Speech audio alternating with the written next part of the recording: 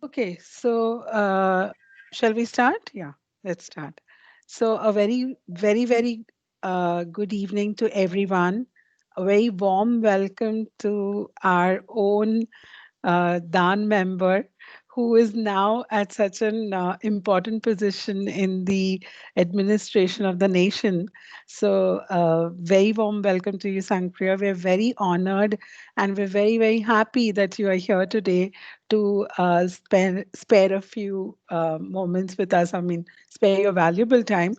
You just told us all that is all on your plate at this moment, and we really, I think we're honored that you could actually take out the time for us today. So thank you so much. And I must tell you that we've had three webinars already, and the current attendance at this webinar is the highest. So I think that talks a lot about how important today's session is going to be for all our Dan members, but more so, it talks about how proud the entire Dan community is about your success.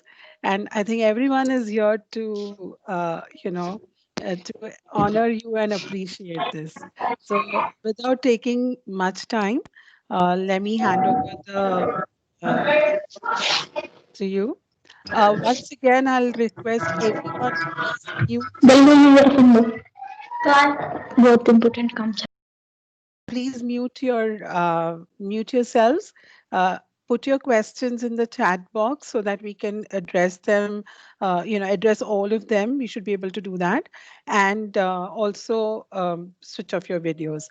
So over to you, Sanpriya. Thank you so much once again.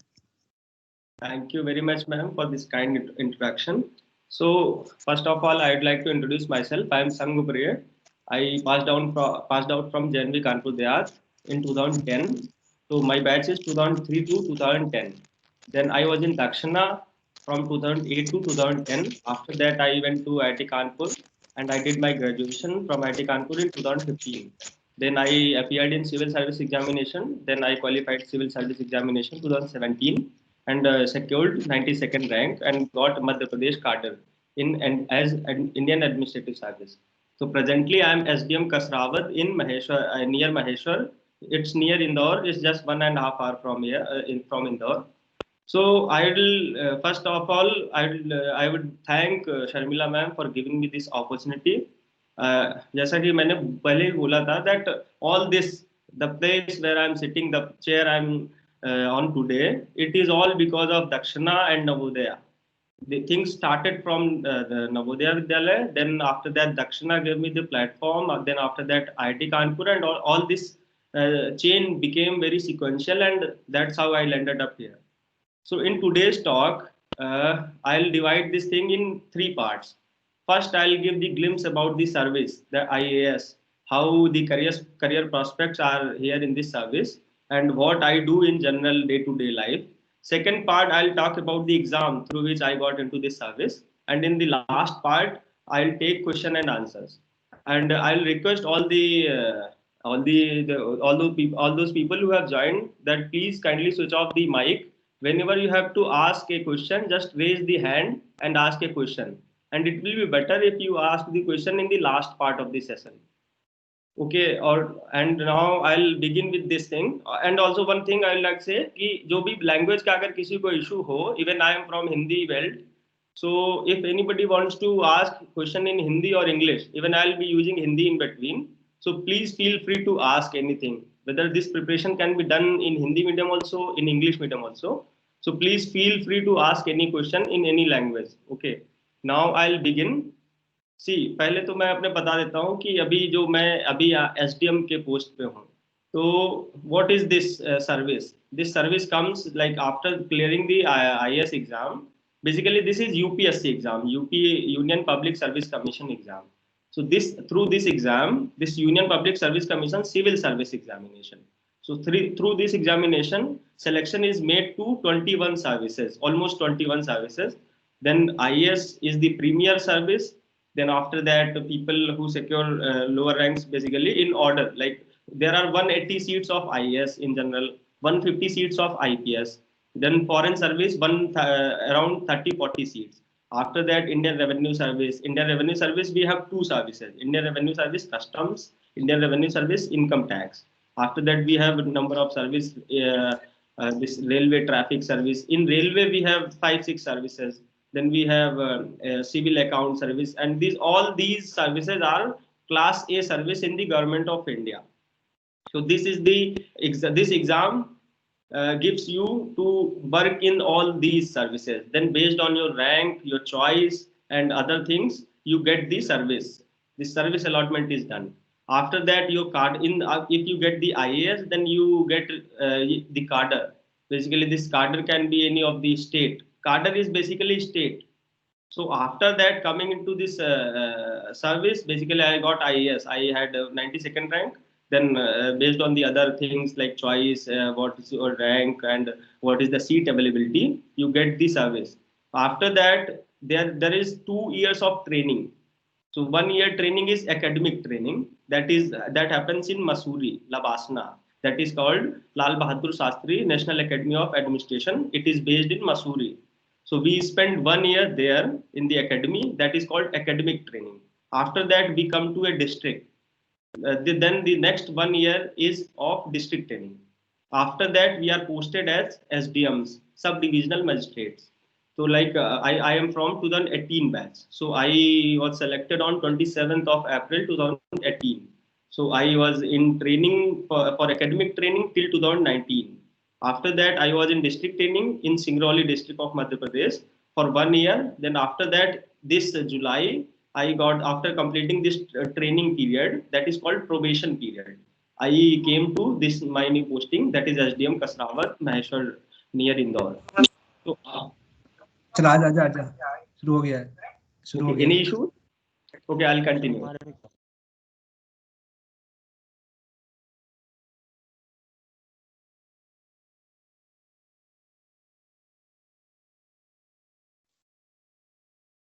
Excuse me. Muted.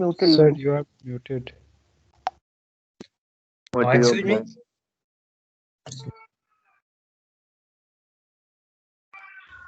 Excuse me, sir. you might. Sir, you are muted.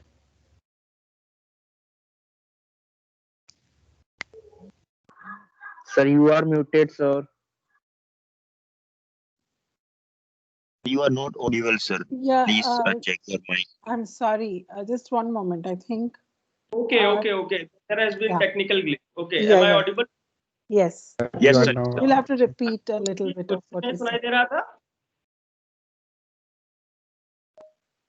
Can somebody respond? अभी कोई Yeah, what? now we can hear you, but we missed out a little bit of the last 2 minutes, maybe. Okay. I said that I'll have this session in 3 parts. First Right. part is telling about the service.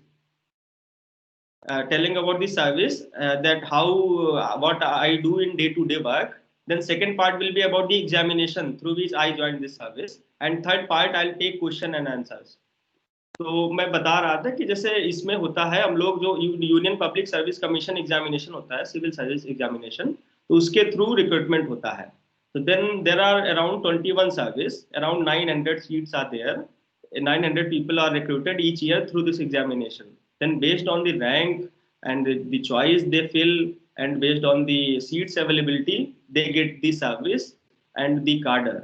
So initial the top people who secure basically rank between 1 to 180. There are around 180 seats of IAS. They get IAS. After that, around 150 seats are of IPS. Then 30 to 40 seats are of IPS, this foreign service. Then after that, we have number of service, revenue service. In revenue service, we have 2 services: Indian Revenue Service Customs, Indian Revenue Service Income Tax. After that, we have 5-6 service in the railway traffic, like railway traffic, railway accounts. Then we have civil account service. We have defense state service. So all these are group A services under the government of India. So all these are top government services which government offers. Am I audible now? I'm just checking. Yes, sir. Yeah. Yes. sir. Okay. तो Yes, ये sir. मैं इस तरह से जो exam के through 20-21 service में recruitment होता है. तो इसमें जैसे आपकी रैंक और चॉइस और इसके सीट्स अवेलेबिलिटी के बेसिस पे you get the service. After that you get the cadre is basically state like I have got Madhya Pradesh cadre, that is Madhya Pradesh state. So we are the employees of employees of the central government, work under the state government for most of the period. Like for example, after spending 10 years we can go on deputation to central government to work in central government, so in different departments. So this is the basic thing that we come to this service. After this coming into service, like I got IAS, this top short service. So after that we go to this 2 years of training, that is called probation period. So 1 year is called academic training that we do in Mussoorie. The institute name is, you people have heard, Lal Bahadur Shastri National Academy of Administration. In short, we call it Labasna. So that happens in Mussoorie. For example, I was in Mussoorie from July 18 to May 19. That 1 year period, almost 1 year period. After that, I was in Singrauli district for my district training. That one year period I spent in Singrauli district. After completing my this 2 years of training, I am now posted as SDM here in my present posting as SDM. After this, we remain as SDM. We work as SDM for 2 year period. After that, we are promoted to next posting, that is CDO. In UP, we are called CDO, Chief Development Officer. That is number 2 officer in the district after collector, you can say. मतलब मोटा मोटा समझने के लिए इस तरह से रहता है. इन Maharashtra, MP, Rajasthan, the corresponding post is CO जिला panchayat. Work is almost same. Additional powers are there in these states. So basically आपके अंडर पूरा जिला होता है. तो then in next posting you are posted as CDO, that is responsible for rural development of the district. All the schemes of the state government and central government, they are implemented through you. After remaining the CEO Zila Parishad for 3 years almost, then you are switched to some other posting, like you remain ADM, additional collector, additional district magistrate, you can say, for in this period only after this SDM ship. Or you remain you work as municipal commissioner sometimes, then you work as this CEO Zila Parishad. So after that you are promoted to next posting, that is DM, collector. Then you work as collector for 4 or 5 years. After that you go to secretariat. So in secretariat, then the next remaining career is spent there. So basically what purpose of saying is this, that when we come to this service, we only see the collector or DM as the that he this is the IAS thing which everybody looks after. तो मैं कहने का मतलब ये है कि एक collector है, ये एक पेज है जो IAS का रोल बनाया गया है, that is for policy making. So for this policy making in the last 20 years of your career, this initial exposure of 10 to 15 years, that is done in the field in which you work as SDM, CO Zila Parishad, ADM, or municipal commissioner or collector. After that, you go to secretariat, you work in the departments, various departments. So that's how this career goes on. So I would like to, this is about IAS. Similarly, in IPS, you are posted as this ASP, you can say. Here in, you can say in UP it is called CO, this circle it is called, क्षेत्राधिकारी बोलते हैं. In MP it is called SDOP, sub divisional officer police. After that you are additional SP, then after that you are SP, that is superintendent of police. After that you go to higher level, DIG, IG, and further to police headquarters. So this is how this career prospects grows in IPS. Similarly, in other services, like in central service, basically you can divide these services into all 2 categories: All India service and central services. All India services are IAS and IPS, and this other is Indian Forest Service. That is also, recruitment is also done through this UPSC only, but this mains examination is different. So these 3 are All India services. Okay, somebody has a doubt? Okay, I'll continue. तो ये 3 हमारे हो गए all India services, जो IAS, IF, forest service और IPS. उसके अलावा ये बाकी सारी सेंट्रल सर्विसेज होती हैं, जो कि IRS है, IRTS है, railway traffic service, railway account service, defence state service, या ऐसा करके 20-21 जो बची सर्विसेज है। अब मैं ये कहने का मतलब ये है कि ये सारी सर्विसेज अपने आप में एक आपको बहुत अच्छा एक्सपोजर देती हैं। Basically the crux of all this thing is that you work as the boss at the very initial level. अभी जैसे for example I just illustrate few example, अभी at this posting only at this sub division level, now I interact with all the people in the district who are the boss. For example, I have a number of companies in my jurisdiction, in my subdivision, number of this industries are there. So those industry जो people उनको वो होते हैं MD वगैरह जैसे है या GM वगैरह है, they directly talk to me. So in that sense you have transaction at that level, which in other services you can get only after spending 20 years in that sector, only after spending 20-30 and gradually getting the promotions. So this service only gives you the opportunity to do the direct benefit to the people, people at the very beginning. So you interact in this period when I was in this Corona time, I was in Singrauli. Then we have number of companies there. So then we used to interact with all those people, those MG, this GM, NCL वगैरह जैसे you people are from engineering background. जैसे हम लोग जब तैयारी करते हैं gate के थ्रू या उसके थ्रू, तो हम लोग मैनेजमेंट ट्रेनी बनते हैं after this clearing this examination. GATE का वाला एग्जाम देके अपन लोग मैनेजमेंट ट्रेनी बनते हैं। उसके बाद आप जो 20 साल बाद उस चैनल से बनोगे, यहाँ पे आप डायरेक्ट एक प्रकार से बन जाते हो, शुरू से ही आप एक your disposal and you can do direct benefit to the poor and needy. You have economic resources and other various resources at your disposal. So एक ये मैं कह रहा था कि ये एक पार्ट हो गया सर्विस का, कि आपको सर्विस इतना कुछ शुरू से ही देती है। ये एक हो गया प्रोफेशनल वाला part. After this I will say this personal वाला part which you people would also like to know. जैसे आपका जो एक आपके पर्क्स होते हैं, you have a decent salary, एक अच्छा खासा सैलरी होता है आपका। देन यू हैव पर्क्स, आपका घर होता है, गाड़ी है, ड्राइवर्स है, आपके पास बाकी सारे एक अपॉर्चुनिटी रहती है। Basically people know you, then people come to you just to मतलब गेट एक चाय पीने के लिए आपके पास लोग आते हैं कि जस्ट कि SDM साहब से या कलेक्टर साहब से आपका परिचय है। तो एक वो जो इंटरेक्शन है, वो एक पर्सनल लेवल पे जो कंफर्ट है, वो भी ये सर्विस आपको देती है। फिर इसके ये एक सारे पॉजिटिव पॉइंट्स हैं। तो ये पर्सनल लेवल पे भी आपको ये सर्विस इतना कुछ प्रेस्टीज देती है, एक ठीक ठाक से पर्क्स देती है। प्रोफेशनल लेवल पे इतना अपॉर्चुनिटी देती है कि आप अपने सब डिवीजन में है। सब डिवीजन आपका ये भी नहीं कि एक छोटा सा होता है, like you have for example I will say कि मेरे अंडर अभी 100 के आसपास 93 ग्राम पंचायत हैं। एक ग्राम पंचायत में लगभग 2 से 3 गाँव होते हैं। तो इनमें से आपको मोटा मोटा आप कह सकते हैं 250 के आसपास वो गांव है जहाँ पे आप डायरेक्ट कुछ कर सकते हो। आप मतलब एक ये भी इसमें सर्विस में एक थीम है कि आप बहुत कुछ कर सकते हो, सब कुछ नहीं कर सकते। तो एक ये है मोटा मोटा मैं बताना चाह रहा था एक सर्विस के बारे में।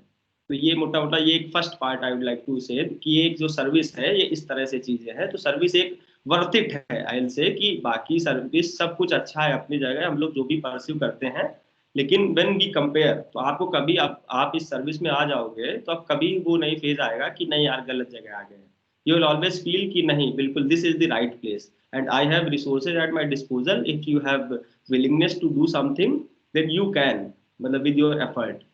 फर्दर एक दूसरा पार्ट सर्विस का है, it is not some specialist service कि कोई ऐसा सच आपका नहीं है। जैसे अपन लोग मैनेजमेंट ट्रेनिंग या उसमें रहेंगे जो कोर इंजीनियरिंग सेक्टर में है, जैसे जो हम लोग आगे आईटी के बाद जाते हैं, चाहे आप कंप्यूटर साइंस से हो या जैसे भी आप आगे एनालिस्ट बनते या कोडिंग करते हैं या मैकेनिकल सिविल या इलेक्ट्रिकल में अपन आगे परस्यू करते हैं करियर, तो उसमें अपन we are restricted to this core services. हम लोग एक मान लीजिए प्लांट में है या NTPC में है या कहीं और कोर कंपनी में है, तो हमारा एक डोमेन फिक्स हो जाता है टेक्निकल। यहाँ पे क्या है आपका जनरलिस्ट टाइप का होता है। यहाँ पे आपको छोटे से छोटे काम भी देखना है, जैसे मान लीजिए फॉर एग्जांपल आपको किसी को पेंशन नहीं मिल रही है या बाकी सारी चीजें हैं, कुछ सोशल छोटा सा चीज है, वो भी आपको देखना है। और इनफैक्ट आपको बड़े बड़े इश्यूज भी देखने हैं। For example if some industry is going to be set up in your subdivision in your jurisdiction, then all this land R&R rehabilitation and this all this land displacement issues, all these big things which are which go to this highest level in Delhi कि कैसे क्या हो रहा है। Sometimes if you do good then people you become the example. सो एक छोटी से छोटी चीज से लेके बड़ा से बड़ा चीज आपके थ्रू होता है। You have resources at your disposal and the opportunity, एक प्लेटफॉर्म आपको मिल जाता है इस सर्विस के थ्रू। ये मैं एक सर्विस के बारे में जस्ट बताना चाह रहा था कि एक जो सर्विस है आपको शुरू से इतना कुछ देती है। बाकी आपका एक आप स्वयं तो आईएएस बनते ही हैं, प्लस आपका एक नेटवर्क होता है across the country. For example if I am IAS, तो I can connect to any of the place in the country. Just if some connection, if you just tell कि हाँ this just give your intro, then other person he will be thinking कि चलो एक ठीक ठाक से है, तो आपका कोई जेन्युइन काम है तो आपका हो जाता है चीजें। तो एक अच्छा सा नेटवर्क आपका रहता है। Basically you are in the service, then whole network is yours. तो आप उस नेटवर्क का यूज करके आप लोगों के लिए अच्छा कर सकते हो। तो ये पर्सनल लेवल पे चीजें हो गया। अब ये ठीक है, जैसे अभी क्वेश्चन आ रहा है कि अभी एग्जाम के बारे में बताना है, तो अब now I will come to this examination part. अभी जैसे एग्जामिनेशन के बारे में बताऊंगा कि जो यूपीएससी एग्जामिनेशन है, सिविल सर्विस एग्जामिनेशन, ये 3 पार्ट में होता है। It happens in 3 parts, this prelims examination, mains examination and interview based. I will not say it interview, it is personality test. तो this prelims, now I will just tell about the pattern of the examination. This examination consists of 3 stages, as I told. This prelims consist of 2 papers, which goes for 2 hours each. First paper is of general studies. So now it has the syllabus of politics, economics, environment, current affairs, Indian history, geography. So मोटा मोटा इतना सारा syllabus है अपना। तो अब इसमें से इंडियन हिस्ट्री आपका है, जैसे अपन लोग सब लोग नवोदय पढ़े हैं, सीबीएसई बोर्ड है अपन, ऑलमोस्ट सारे लोग मतलब पढ़े हैं तो सीबीएसई बोर्ड से। तो जैसे अपन जो 6 से 10 तक पढ़ते हैं, 6 से 10 तक का, तो जो इंडियन हिस्ट्री में आपका एंशियंट हिस्ट्री है, मेडिवल इंडियन हिस्ट्री है और आपका मॉडर्न हिस्ट्री है। ये आपका सिलेबस है एक प्रीलिम्स का। अब एक बात मैं और कहूँगा कि prelims is objective, that is MCQ, multiple choice based, and mains is totally different, mains is subjective. First I will explain the prelims part. सब कई लोग में आपने देखा भी होगा, तो हो सकता है आपके लिए रिपीट लगे, लेकिन मैं एक बार रिपीट कर देता हूँ जस्ट। जैसे कोई भी एग्जाम की जब अपन तैयारी करते हैं, तो जो मेरा मानना है कि सबसे पहले उस एग्जाम को जानना जरूरी है।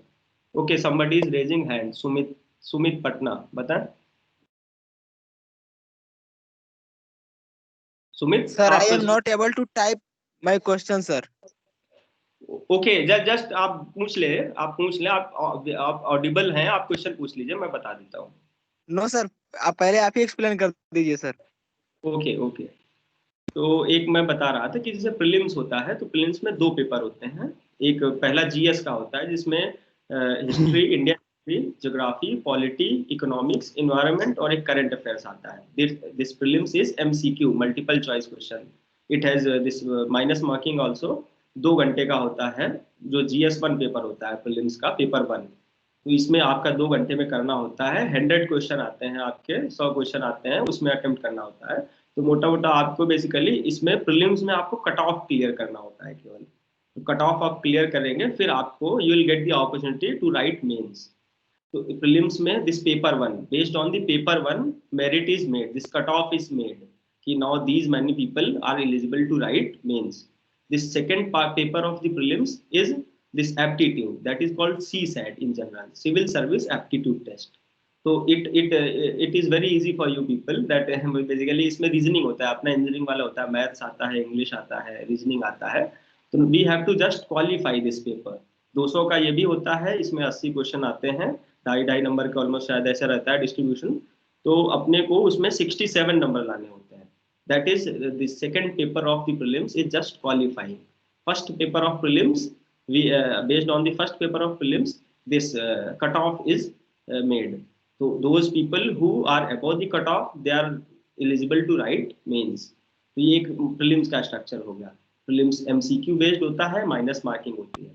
तो जैसे मैं मोटा मोटा बताऊंगा, लगभग 10 से 12 लाख लोग तैयारी करते हैं। जो एक रेट है, मान लीजिए कि जो आज की डेट में नंबर है, उसमें लगभग 5 से 6 लाख लोग जो दे राइट प्रीलिम्स। फिर उसके बाद जो 5-6 लाख लोग प्रीलिम्स लिख रहे हैं, उसके बाद लगभग सीट जितनी है उस साल, उसका 12 से 13 गुना लोग, 12 to 13 times they are selected in prelims, those are above the cut off. तो उसके बाद फिर वो लगभग ये संख्या होता है 12 से 13 हज़ार। तो those 13,000 people they now write mains. Now mains, अभी प्रीलिम्स हो गया तो those 13,000 people they write mains. अब मैं मेंस का बता देता हूँ। मेंस होता है अपना 9 पेपर होते हैं इसमें, there are 9 papers in mains. तो all are subjective this written examination. तो mains examination this goes for 5 days। तो अब ये असली टेस्ट है। प्रीलिम्स एक आपका स्क्रीनिंग टेस्ट था, बेसिकली आपको एमसीक्यू बेस्ड था। तो अब इसमें भी इसमें आपका है सब्जेक्टिव है, आपको लिखना है। तो 9 पेपर है, 9 पेपर में आपके 2 पेपर होते हैं, एक इंग्लिश का होता है और एक आपका रीजनल लैंग्वेज का होता है। तो जो नॉर्थ इंडिया से होगा वो जनरली हिंदी होती है उसकी रीजनल लैंग्वेज। तो फिर उसमें अपने 3-3 घंटे का पेपर होता है। तो जैसे प्रीलिम्स में जो सेकंड पेपर था वो क्वालिफाइंग होता था, इसमें मेंस में ये जो पेपर होते हैं, एक रीजनल लैंग्वेज का और एक अपना इंग्लिश का, दैट इज क्वालिफाइंग। तो ये दोनों पेपर भी 3-3 घंटे के होते हैं। इसमें कॉम्प्रिहेंशन आता है, एससे भी छोटा सा आता है, वो इन दोनों पेपर में हिंदी और जो बेसिकली इंग्लिश और एक आपका रीजनल लैंग्वेज का, these are qualifying. They consist of 300 marks each. So we have to qualify these paper to become eligible for interview phase. So mains consist of 9 papers, in which 2 papers, that is English and regional language, they are qualifying. So now if we separate these 2 papers from the rest of paper, we have now 7 papers. Based on those 7 papers, this merit is made. Now this counting of marks starts from here. Prelims was your just screening test. Those who are above the cutoff, they are eligible to write mains. Now those people who write mains, if they qualify these 2 papers, that is regional language and English, and they score well in remaining 7 papers, then based on the merit that cutoff is made कि इसके ऊपर से मान लीजिए है तो उसके ऊपर के लोग इंटरव्यू लिखते हैं। तो now I'll talk about these 7 papers. Now these 7 papers, they consist of, one paper is this essay. ये सारे 7 पेपर जो है, 7 paper, they are of 250 marks each. तो 250 into 7, this becomes 1750. तो this 1750 में से आप जितना स्कोर करोगे वो आपका इंटरव्यू कॉल डिसाइड करेगा। हिंदी जो एक रीजनल लैंग्वेज और इंग्लिश का था वो आपको जस्ट क्वालिफाई करना है, मेंस की बात कर रहा मैं अभी। तो इन दीज 7 पेपर्स 250 का जो एक होता है, 3 hours ड्यूरेशन होता है, तो इसमें आपको लिखना होता है। तो इसमें से 7 में से एक पेपर आपका होता है एसए का, in which this SA paper we have 2 sections, 4 होते हैं आपके एसए ऑप्शन दिए होते हैं। तो उसमें से we have to write 2 essay in detail. तो 2 essay in 3 hours we have to write. So 125 marks each for each essay. So out of 250, this one paper for essay, we have to write 2 essay. Then this other 4 papers of these mains, they are called GS papers. So we have 4 GS papers in mains. In GS1, GS2, GS3, GS4, we call it like this. So now in GS1 we have syllabus ancient India, this art and culture, geography, social issues. In paper 2 of GS, paper 2 GS, we have syllabus of Indian polity, international relations, social justice. In paper 3 we have syllabus of economics, environment, disaster management, science and technology, like this, हाँ? और फिर paper 4 जो होता है GS का, वो होता है इथिक्स, इंटीग्रिटी एंड एप्टीट्यूड। तो ये आपका हो गया 4 जीएस के पेपर, एक एसए का पेपर हो गया, 4 जीएस के आपके पेपर हो गए। बाकी 2 बचे पेपर वो आपका एक ऑप्शनल सब्जेक्ट का पेपर होता है, जो आप लोग अगर तैयारी कर रहे होते हैं तो कंफ्यूज होते हैं कई लोग कौन सा ऑप्शनल सब्जेक्ट है। तो वो मेंस में आपको होता है, केवल प्रीलिम्स में ऑप्शनल का कोई रूल नहीं है। मेंस में आपको 2 पेपर लिखने होते हैं ऑप्शनल सब्जेक्ट के, तो वो भी सारे 250 के होते हैं। तो आपको जो सब्जेक्ट आप चूज करोगे ऑप्शनल सब्जेक्ट, वो आपको अटेम्प्ट करना होगा। तो उसके मेंस में 9 में से 2 पेपर होते हैं। तो ये इस तरह का आपका है, आपका डिवीजन। तो अभी मैं फिर से एक बार ब्रीफ करूंगा। मेंस में 9 पेपर होते हैं, there are 9 paper in mains, 2 are qualifying, that is English and regional language. Now there's 7 papers. This merit is made based on these 7 papers, in which one is of essay, 4 paper are of GS, and 2 papers of the optional subject which you choose among the available 21, almost 21 optional subject. तो आपको एक list होगा, आप कभी अगर UPSC का देखे होंगे सिलेबस वगैरह, तो among these optional subject you can choose any of the optional subject. इसमें कोई ऐसा लिमिटेशन नहीं रहता है। आप अगर किसी का डाउट भी हो सकता है कि क्या वही ऑप्शनल सब्जेक्ट लेना है जिसमें आपने ग्रेजुएशन किया होता है, तो ऐसा नहीं है। आप कोई भी ऑप्शनल सब्जेक्ट ले सकते हो irrespective of the graduation in which you have any subject in which you have done graduation. तो आपके इस तरह से 7 पेपर होते हैं मेंस में जो काउंट होते हैं मेरिट के लिए। तो इसमें जो ऑप्शनल आप ले सकते हो, ठीक है, तो इसमें हो गया 1750 का आपका मेंस हो गया। फिर उसके बाद जो 13,000 लोग मेंस लिखते हैं, उसमें से मेंस जो क्वालिफाई करते हैं, दैट नंबर कम्स अराउंड 2500 और to 3000 based on the slight variation in the seat in each year. तो those 2500 people who qualify means they are eligible to appear in personality test. So now this personality test, this consists of 275 marks. ये इसमें रहता है। अब ये कई सारे लोग, जैसे ये भी एक डाउट होगा कि क्या पर्सनालिटी टेस्ट है वो क्वालिफाइंग या डिसक्वालिफाइंग होता है। तो इसमें अपन कहेंगे ये इस तरह का डिसक्वालिफाइंग या नहीं है। अगर आपने जैसे अब जो आपका फाइनल मेरिट बनेगा इंटरव्यू के बाद, अभी जो 2500 लोग इंटरव्यू दिए हैं, तो वो अगर बाद में जब फाइनली सेलेक्ट होते हैं केवल 800 900 जितना भी सीट होता है, तो उसमें से आपके जो फाइनल मेरिट बनती है that is made that final merit is made based on aggregate marks of mains and personality test. तो आपका जो 1750 का जो मेंस था प्लस 275 आपका जो ये था पर्सनालिटी टेस्ट, दोनों का एडिशन करके फाइनल मेरिट लिस्ट बनेगी। तो उसमें से आपका रैंक डिसाइड। तो इसमें रहता है आपका कि 1750 में अगर आप अच्छा स्कोर कर दिए हो तो 275 पर्सनालिटी टेस्ट में थोड़ा बहुत ऊपर नीचे हो जाए तो आपका सिलेक्शन नहीं रुकेगा। May be your rank can drop और can become better if you have scored good in personality test. But in general if you get decent mark, average marks in personality test, तो your selection won't be मतलब affected. तो इस तरह से रहता है। अभी एक मैंने क्वेश्चन देखा कि मेंस कितने दिनों में होता है, तो ये एक दूसरा पार्ट है। ये मैं कहूँगा जैसे कि अब यूपीएससी है, ये आपका दोनों तरह का टेस्ट करता है, फिजिकल टेस्ट भी करता है, मेंटल टेस्ट भी करता है।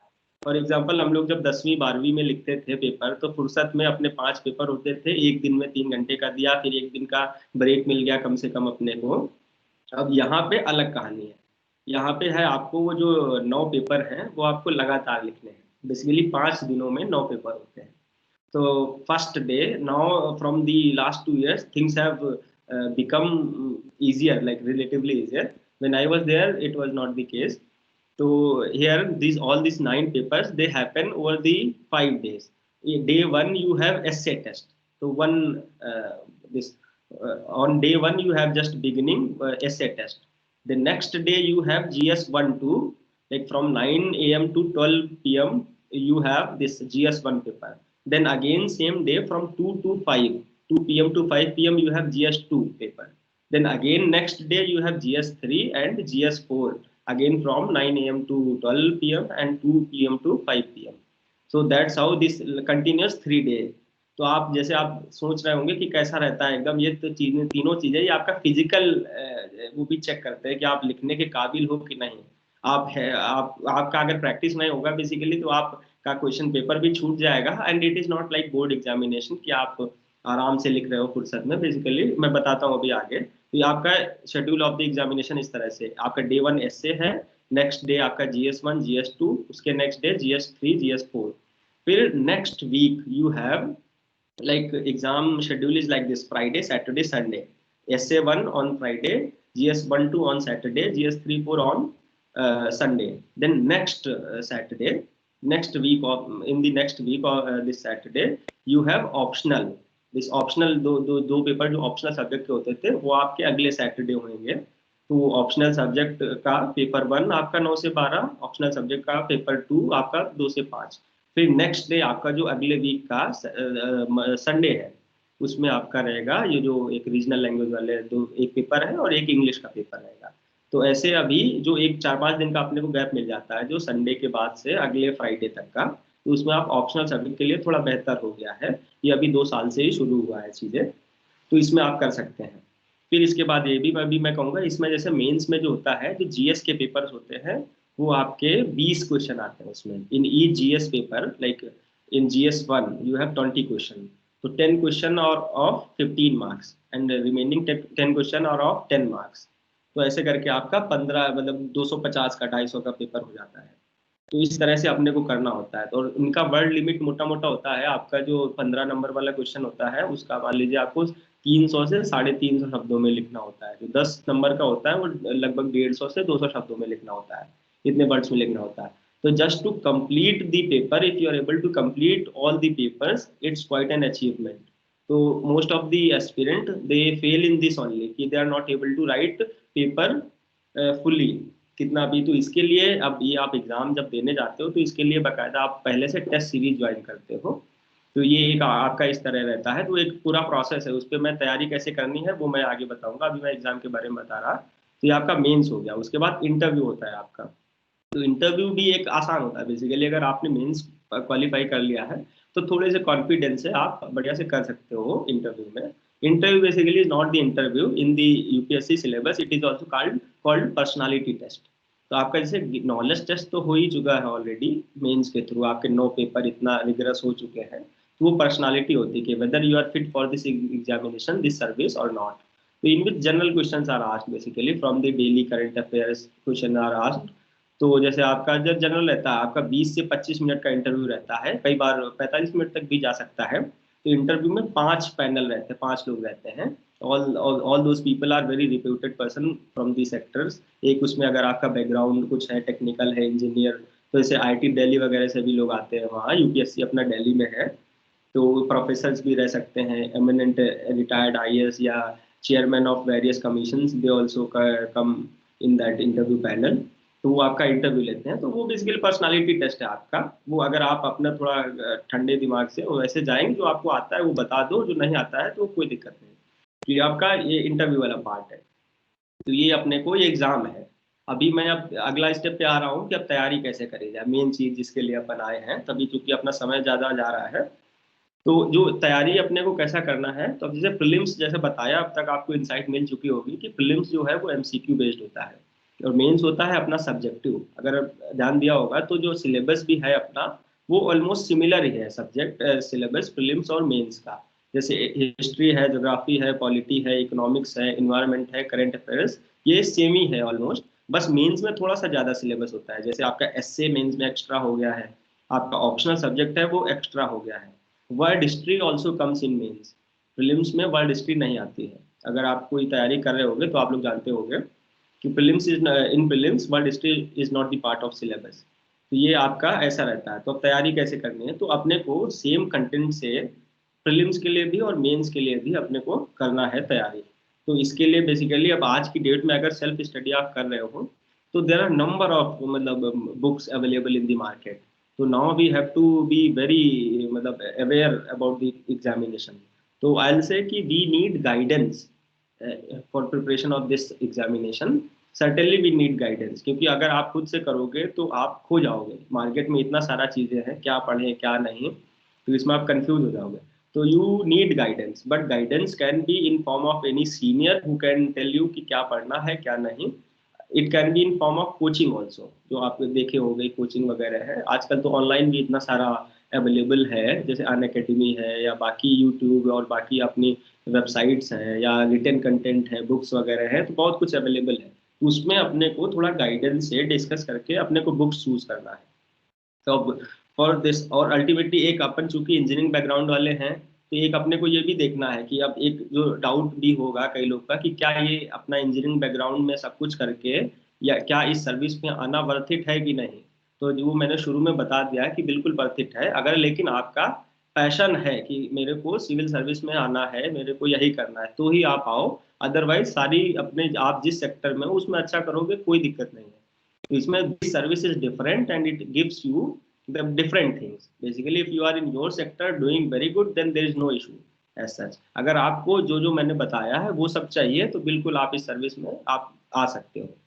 तो मैं ये बता रहा था अब तैयारी कैसे करनी है अपने को।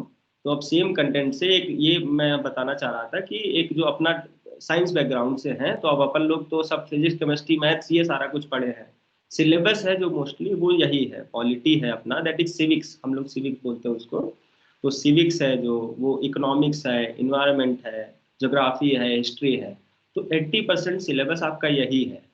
और लेकिन जो बाकी है साइंस वाला पार्ट है, जैसे आप अगर ध्यान दिए होंगे तो that science and technology portion is very limited, that is part of paper 3 only. उसमें भी साइंस एंड टेक्नोलॉजी आपका वैसा आता है जो आपका जनरल स्टडीज में आता है, जो आप डेली कोई इन्वेंशन अगर पढ़े हो या जो करंट अफेयर्स में कुछ आया है तो उस तरह का रहता है. इट्स नॉट डिटेल्ड फिजिक्स और केमिस्ट्री और मैथ्स, तो ऐसा नहीं होता. तो science is very limited in this examination. तो आपको टोटली स्विच करना पड़ेगा कि लेकिन इसमें बस है एक जो तैयारी करने में एक है जो मैं मोटा मोटा समझने के लिए बोलता हूँ कि इसकी तैयारी करना है आपको यूपीएससी का. तो it's like doing 3 graduation simultaneously. मतलब इतना सिलेबस होता है. जैसे ये एग्जाम डिफिकल्ट नहीं है, बस इस टर्म्स में एक चैलेंजिंग है कि आपको इतना सारा सिलेबस मैनेज करना है. अगर आप फिजिक्स केमिस्ट्री मैथ्स पढ़ रहे हो तो वो एक अलग लेवल है, उसमें आपको दिमाग दौड़ाना है, सब कुछ करना है. आप लोग मान लो दान मेंबर्स हो, आप लोग सब अच्छे अच्छे रिनोन्ड इंस्टीट्यूट में पढ़े हो, आप दक्षिणा का एग्जाम क्वालिफाई करके आए हैं, तो बेसिकली अपने को फिजिक्स केमिस्ट्री मैथ्स तो बहुत बड़ी चीज़ है. अपने को जस्ट बेसिक कॉमन सेंस से अगर आपका इंटरेस्ट है तो you have to study history, geography, polity, economics, और उसको अपने को बस सिलेबस है वो बहुत सारा है, और जो एग्जाम की रिक्वायरमेंट है उसके अकॉर्डिंग अपने को पढ़ना है. तो जो एग्जाम की रिक्वायरमेंट है, जैसे अपने को प्रीलिम्स में एमसीक्यू बेस्ड आता है, मेंस में अपने को रिटन आता है, तो उस फॉर्म में अपने को तैयारी करना है. तो इसमें अपने को ये ध्यान देने की ज़रूरत है इन सब चीज़ों का. तो अब बुक्स पे मैं आता हूँ. जैसे आप शुरू करने के लिए कर सकते हो कि जो अपना बेसिक बुक्स हैं एनसीईआरटी से शुरू कर सकते हो. तो for beginning you can read this 6 to 10th social science NCERT, 6 to 10th 2-3 times. तो उससे आपका एक बेस बन सकता है, ये बेस बना सकते हो. फिर उसके बाद you can switch to this advance level books. तो एडवांस लेवल में जैसे आप अगर जो लोग तैयारी कर रहे होंगे तो फॉर पॉलिटी आई से कि आप लक्ष्मीकांत पढ़ सकते हो. ये मैं आपको डिटेल में बाद में ही बता सकता हूँ. जो आप लोग को इंटरेस्टेड हो इस कन्वर्सेशन के बाद, तो आप लोग बाद में मैसेज कर लेना मेरे से, तो मैं बुक्स भी बता दूंगा. तो मैं अभी जनरल एक बुक्स बता दे रहा हूँ कि for politics you can read Laxmikanth. For economics you have this Shri Ram IAS के एक नोट्स होते हैं, रमेश सिंह करके एक बुक है. For Indian history you have again NCERTs and this Bipin Chandra book, this India after independence and India struggle for independence. ये modern India के लिए है. ज्योग्राफी में आपके पास है बुक्स वगैरह 2-3 एनसीईआरटी है अगेन 11th की, प्लस इसके अलावा आपके पास ये एक और बुक्स आती है अपने पास माइक्रो हिल्स का, तो ये आप पढ़ सकते हो. तो ये मैं बुक्स वाला पार्ट अलग से बता दूंगा, या फिर मैं मैम के थ्रू मैं आपको आपके साथ शेयर कर दूंगा सेपरेट. उसमें आपको हिस्ट्री हो गया, ज्योग्राफी में आप एनसीईआरटी 11th का एडवांस लेवल में, और पॉलिटी में आपको लक्ष्मीकांत बताया. इन्वायरमेंट में आप एक शंकर IAS का बुक आता है, अच्छा वो आप पढ़ सकते हो. प्लस करंट अफेयर्स के लिए आपको न्यूज़पेपर पढ़ने का आदत डालना होगा. तो those who are preparing from English medium they can read Indian Express और द हिंदू. तो इसमें अपने को न्यूज़पेपर पढ़ने का भी स्टाइल बदलना होगा. तो like we now if we are preparing for this examination, now we are not the normal reader, we have to read each thing from the point of view of examination. तो उसमें अपने को जैसे ये सब मसाला खबर नहीं पढ़नी है, अपने को इशू बेस्ड रीडिंग करनी है, इवेंट बेस्ड रीडिंग नहीं करनी है. जैसे कोई घटना हुई, मान लीजिए कोई भी एक एग्जांपल के ले लीजिए, मान लो सरकार गिर गई कहीं का, मान लीजिए आप MP का ही एग्जांपल ले लीजिए, MP में कांग्रेस गवर्नमेंट गिर गई, कैसे क्या हुआ, तो इवेंट से अपने को मतलब नहीं है, वो उसके पीछे का इशू क्या है. जैसे वो किस कारण से गिरी, क्या MLA शिफ्ट हुए या MLA इधर आ गए, पार्टी टूट गई, तो whether that is permissible, what is the law as of now, जो एक है अपना जो व्हाट इज द मतलब present laws, what is the role of speaker जो आपका रहता है. तो ये सारी चीज़ों पे अपने को देखना है, अपने को उस पर फोकस नहीं करना है एक इवेंट पे, उसके पीछे क्या इशू निकल के आ रहा है. तो अखबार पढ़ने का भी एक स्टाइल है, तो आप मैं अलग से ही बता दूंगा जो जो मेरे से, अगर बाद में फ्रीली आप मैसेज कर सकते हो मुझे. तो उसमें आपको जैसे फ्रंट पेज पढ़ना है, स्पोर्ट्स न्यूज़ नहीं पढ़नी है आपको, सिटी न्यूज़ नहीं पढ़नी है, शहर वाला खबर आपको, mainly international news, national news, state news जो इम्पोर्टेंट हो. तो आप न्यूज़पेपर बेसिकली आपका एक प्रिपरेशन में एक बहुत ही एक इम्पॉर्टेंट पार्ट है न्यूज़पेपर रीडिंग. तो उसमें आपको डेली कम से कम 1 घंटा तो देना ही पड़ेगा. उसमें जो इम्पोर्टेंट हो वो आपको नोट्स बनाने हैं, एडिटोरियल्स हैं वो आपको पढ़ने पड़ेंगे. तो आपको सेलेक्टिव पढ़ना पड़ेगा कि क्या एग्जाम के लिए ज़रूरी है क्या नहीं. उसके अलावा जो मैंने बुक्स बताए वो आपको पढ़ना है. फिर एक मैं जो एक पर्सनल लेवल पे बताऊंगा कि जैसे आपको मार्केट में कई सारा चीज़ है, then you interact with number of people. फिर कोई कहेगा कि ये वाला बुक अच्छा है, कोई दूसरा कहेगा ये वाला बुक अच्छा है. तो my point of view is कि आप डिस्कस करके कोई 1 या 2 बुक पकड़ो जो कि मैक्सिमम सिलेबस कवर करता हो, फिर उसको मल्टीपल टाइम्स आप रिवाइज करो। जैसे if you would have seen the paper of prelims, तो उसमें क्या रहता है, एक आपको क्लैरिटी चाहिए। प्रीलिम्स में knowledge along with the clarity is must. Knowledge without clarity is waste in prelims. इसमें अगर आपने जैसे एक दो बार पढ़ लिया, आपको लगेगा क्वेश्चन अटेम्प्ट कर दो ये तो पढ़ा हुआ है, लेकिन जब आप ऑप्शन देखोगे तो उसमें लगेगा यार ये तो कंफ्यूजिंग है। तो इसमें आपको इसलिए मल्टीपल टाइम्स पढ़ना है। तो चूज बुक्स वेरी मतलब प्रिसाइजली कि आपको कुछ ही बुक्स पकड़ना है, उनको कम से कम 7-8 बार रिवाइज करना है, उस प्रॉपर नोट्स बनाने हैं, उस लेवल की क्लैरिटी पे पहुंचना है। अगर आप एक दो बार पढ़ के आप अटेम्प्ट करोगे तो आप पक्का गलत करोगे क्वेश्चन। तो अपने को उस तरह से नहीं करना है। तो अपने को क्लैरिटी चाहिए इसमें, और choose few books and read them multiple times rather than choosing multiple books for the same subject and reading them once और ट्वाइस। तो that will do no benefit.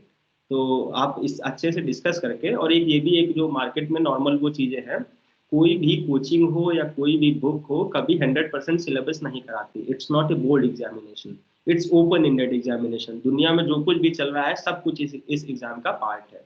तो उसमें अपने को जनरल हर चीज के बारे में, सब कुछ के बारे में थोड़ा थोड़ा अपने को पता होना चाहिए। मतलब क्या इश्यूज हैं, बेसिक इश्यूज पता होने चाहिए। तो सब कुछ आपका सिलेबस है इस एग्जाम के लिए। डेली अखबार में जो जो नए इशू आ रहे हैं, everything is part of this examination. तो अपने को उस तरह से पढ़ना है। तो अपने को कोई भी कोचिंग हो, कोई भी बुक हो, 100% नहीं करा सकती है। तो इसलिए अपने को मैक्सिमाइज करना है चीजें इस एग्जामिनेशन में। कोई भी बुक पढ़ो, जो भी 2-3 बुक चूज करो एक सब्जेक्ट के लिए, उसको रिवाइज करो। फिर भी कभी 70% 80% जितना भी सिलेबस वो बुक्स के पढ़ने से हो रहा हो उतना ठीक है। उसके बाद आप न्यूज़पेपर पढ़ रहे हो, then again next step is attempting test series. उसमें से आप कुछ नया चीजें मिलेगा जो आपने अपने नोट्स में या उन बुक्स में नहीं मिलेगा। तो add those things in your notes. तो ऐसे करके आपके नोट्स रिच बनेंगे थोड़ा। तो इस एग्जाम में बेसिकली यही है कि आप एक कुछ डिस्कस करके, गाइडेंस एक जरूरी है। गाइडेंस के बाद आप बुक्स चूज करिए अच्छे से, बेसिक लेवल से शुरू करके एडवांस लेवल पे। और हर चीज को इस तरह से पढ़ना है कि अपने को उसको रिवाइज करना है। अगर इसमें रिवीजन नहीं होगा तो आपको क्लैरिटी आ ही नहीं पाएगा जो इस एग्जाम की रिक्वायरमेंट है। तो इसमें अपने को उस लेवल तक पहुंचना है कि वो क्लैरिटी लानी है। फिर आप उस दिन का सोचो जब आप मेंस लिखने जाओगे, वो 5 पेपर जो 3 दिन में लगातार होंगे, एसए के, जीएस के, वहां आपको रिवीजन का भी टाइम नहीं मिलता है। आप सीधे 9 से 12 गए, लिखे, फिर खाना खाए, फिर 2 से 5 लिखे, फिर सेम डे गिरते पड़ते घर गए, फिर नेक्स्ट डे आपको सुबह निकलना है, 9 से 12 लिखा, फिर 2 से 5 लिखना है। तो you have to reach that level. तो उसके लिए अपने को इट्स नॉट मतलब it's a long journey, long preparation. तो उसमें अपने को पेशेंस चाहिए, कुछ क्वालिटीज भी चाहिए एस्पिरेंट की। बेसिकली आपको बैठना पड़ेगा, आराम से बैठने की आदत होनी चाहिए। तो इस तरह से अपने को करना है चीजें। इसमें एक उस दिन का सोचना है कि 3 दिन में अपन कर पाए चीजें उस लेवल पे पहुंच के। ठीक है। तो इसमें फिर ऑप्शनल सब्जेक्ट का है। तो जैसा मैंने बताया ना कि इसमें difficulty about this examination is just this syllabus, managing that syllabus. If somebody is able to manage that syllabus, then he will be most likely that he will be through this examination. तो ये अपने को देखना है। फिर इसमें just one second, तो ये अपने को देखना है एक ये बुक्स के टर्म्स में रिवीजन इज वेरी इंपॉर्टेंट। तो आप एक प्रॉपर नोट्स बनाए, इसमें आप उनको रिवाइज करें बार बार। फिर नेक्स्ट स्टेप आता है टेस्ट सीरीज का। जब आपको लगता है कि अब हमने ठीक ठाक लेवल पे एक सारा कुछ पढ़ लिया, ऑलमोस्ट अपनी तरफ से सारा सिलेबस पढ़ लिया है, then you attempt test. Prelims के लिए आप रखते हो, मेंस के लिए आप लिखोगे। तो मेंस में आपको रिटन चाहिए। आपको एक रिटन लिखने के लिए आपको स्पीड पे काम करना है, आपको कंटेंट पे काम करना है, ताकि आप जब एग्जाम डे में जाओ तो रिवाइज करने के का समय ना होते हो, आप 3 घंटे वो लिख पाओ। जस्ट आपके पास इतना टाइम नहीं होता कि आप वहाँ सोच के बढ़िया से अच्छा आंसर लिखो। आपको तुरंत क्लिक करके you see the question, just think for 10 seconds and you start writing. If you are not able to do that, if you are not able to reach to that level, then you will not be able to make through this examination. तो ये आपको देखना है। ठीक है। तो ये एक हो गया अपना मेंस का। एक नेक्स्ट है आप फिर इसके बाद इंटरव्यू। तो आप जस्ट अभी के लिए आप एक ऑप्शनल सब्जेक्ट चूज करो, आप मेंस का देखो, इंटरव्यू अपने आप आसान हो जाएगा। अभी जैसे शुरू में हम लोग क्या करते हैं, जब प्रिपरेशन शुरू करते हैं तो सारा कुछ सोचने लगते हैं, इतना सारा चीजें। तो उसमें अपने को सिस्टमेटिक चलना है। We have to just don't think much about this examination. अपने को बस देखना है ये सब्जेक्ट है, ये अपने को पढ़ना है, ये एग्जाम की रिक्वायरमेंट है।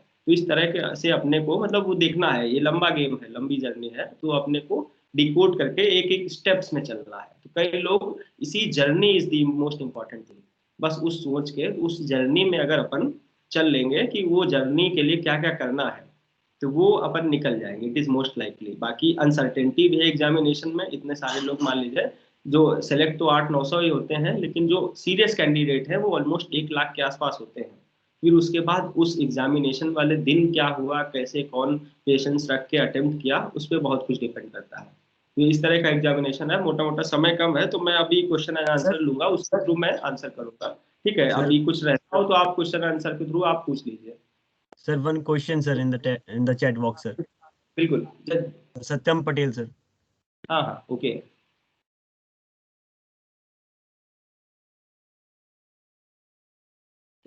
For everybody, I'll just read the question. After I attempt, I am just losing my patience because I started my preparation during my graduation and self-demotivated. ठीक है, कोई दिक्कत नहीं यार, ये फेज आता है, ये बेसिकली तभी बताया ना मैंने, इट्स ए लॉन्ग जर्नी, आपके अप्स एंड डाउन्स आते हैं, तो अंतिम में यही की है कि आप इन फेजेस को कैसे ओवरकम करके आप लगे रहते हो इस एग्जामिनेशन की प्रिपरेशन में। तो आप जब इस तरह का फेज आता है, you just give me a text, एक आप मेरे को मैसेज करो, then we can have a word कैसे करके आपको ओवरकम करना है, वो हमेशा रहेगा। वो हम भी जब तैयारी करते थे तो वो फेजेस आते हैं। अब जैसे इसमें कई सारे फैक्टर्स भी होते हैं, अपना फैमिली वाला, इकोनॉमिक, घर से कोई प्रेशर तो नहीं है तैयारी का, बाकी सारी चीजें मतलब सब सपोर्ट में है तभी अपन कर पाते हैं। फैमिली किस तरह की है, कई बार जब 1-2 साल हो जाते हैं तो फिर फैमिली भी सोचती है कि अरे क्या कर रहा है लड़का है, ये लड़की कुछ नहीं कर रही है, बस तैयारी के नाम पे टाइम पास चल रहा है। तो इस तरह के फेजेस आते हैं, अपने को सोशल लाइफ थोड़ा सेक्रीफाइस करनी पड़ती है, सिलेबस इतना ज्यादा है, अपन इस एग्जामिनेशन में ब्रेक नहीं ले सकते हैं। ये एग्जामिनेशन में मतलब ये नहीं होगा कि हम बढ़िया से 15 दिन बढ़िया पढ़े और फिर उसके बाद अपन 10-15 दिन का छुट्टी मनाए, फिर उसके बाद अपन फिर से रिज्यूम किए। कंसिस्टेंसी चाहिए इस एग्जामिनेशन में, कंसिस्टेंसी चाहिए, कंटिन्यूटी चाहिए, एक बैठने का आदत होना चाहिए, पेशेंस चाहिए, तो वो अपने को चाहिए। तो फेजेस आते हैं, अप्स एंड डाउन्स आते हैं, कोई दिक्कत नहीं, बस उसमें बात कर लेना, थोड़ा ब्रेक ले लो, 2-3 दिन का ब्रेक ले लो, बढ़िया से आराम से बातचीत करो, चिल करके आओ, री एनर्जाइज हो, फिर से आप लग जाओ एक बार। तो फेजेस आती हैं, आप बात कर लेना, आप अलग से बात कर लेना मेरे से, देन हम लोग डिस्कस कर लेंगे। और बताएं question. There are some questions in the chat box. Sir, Okay, Rajiv has written, what is the ideal time period for preparation? I am currently in 3rd year. Should I start now? हाँ ठीक है, 3rd year में आपको basically मोटा मोटा इस examination में, जैसे अब आजकल जब मैं इंटरेक्ट करता हूँ तो लोग बोलते हैं, जैसे अपन उस बैकग्राउंड से आते हैं ना, बच्चा अभी 5वीं में है तो देन पीपल से कि अरे IAS बनाना है, आप गाइडेंस दीजिए। तो इस तरह से नहीं होता है, बेसिकली जस्ट मोटा मोटा 2 साल आपको एक चाहिए रहता है। जो इतना सिलेबस है, अगर आप लगे रहेंगे, if you are able to give 6 to 8 hours daily, then around 2 years you can do the preparation एक डिसेंट, अगर आप कंसिस्टेंसी के साथ करते रहेंगे। तो ऐसा आप 3rd year में हो तो आप लास्ट 2 सेमेस्टर्स में कर सकते हो, आप साइड बाय साइड, अगर समय आप 5-6 घंटे निकाल पा रहे हो दिन में अपने ग्रेजुएशन के साथ, तो आप 3rd year या मतलब 6ठे सेमेस्टर से आप कर सकते हो, बिल्कुल कोई दिक्कत नहीं है। तो आप मतलब एक ग्रेजुएशन का खत्म करोगे, फिर अगला प्रीलिम्स अगर आप दोगे, तो मोटा मोटा आई विल से कि 2 years इज द टाइम, मतलब इन विच यू कैन अटेम्प्ट। आज से शुरू कर रहे हो तो आज से 2 साल बाद जो प्रीलिम्स आएगा उसके लिए आप कर सकते हो अटेम्प्ट, उसके लिए बैठ सकते हो। ओके, अगला। Okay, I am sorry Sir, hello, sir. Pankaj wants to know what was your optional paper. Okay, देखो ये तो मेरे को नवोदय का फायदा मिल गया। जैसे मैं जब ऑप्शनल कंसीडर कर रहा था, तो then I thought about this mechanical engineering which was my graduation subject in the IIT Kanpur. तो then I saw the syllabus, then I thought of sociology, तो उसमें भी मैंने देखा। फिर एक दिन मैं घूमते फिरते इधर मुखर्जी नगर गया था, अपना that is Hindi belt in the Delhi for UPSC preparation. तो in Navodaya I had huge interest about this Hindi language and English also, मतलब इंग्लिश वाज डिसेंट, अभी भी ठीक ही है, ठीक ठाक सा। तो हिंदी में इंटरेस्ट था मेरा, तो मैंने देखा हिंदी का सिलेबस, देखा लिटरेचर ऑफ हिंदी लैंग्वेज, तो वो हिंदी एक मेरे को अच्छा लगा कि ये तो यार नवोदय में पढ़ा ही है अपन ने। तो वो 12वीं तक बेसिकली हिंदी पढ़ी थी, Hindi was one of the subject. तो मैंने फिर किया, तीनों कंपेयर करके मैंने हिंदी लिटरेचर लिया था और अच्छा स्कोर आया था, मतलब हिंदी लिटरेचर था मेरा ऑप्शनल सब्जेक्ट। तो अंतिम में ऑप्शनल सब्जेक्ट डिसाइड करने के 2-3 क्राइटेरिया मैं बताऊंगा। एक ऑप्शनल सब्जेक्ट ऐसा आपको चूज करना चाहिए जो एक पैटर्न में हो, जो एक स्कोरिंग हो। At the end of the day you have to score the marks to qualify this examination, whether it is the mechanical engineering, whether it is the literature of Hindi language, whether it is mathematics, कोई भी हो। तो this optional subject should be of your interest, it should be scoring, and it should be मतलब like it should not be taking much of your time, that your GS preparation suffers at the cost of the preparation of optional subject। एक ये 2-3 criteria है, based on that you can choose optional subject। Hello sir. On the Sure. just one moment. I'll ask the questions faster. One of the questions related to this optional thing was that Saurabh is asking if what extra difficulty would one face if he chooses maths as his optional. Okay.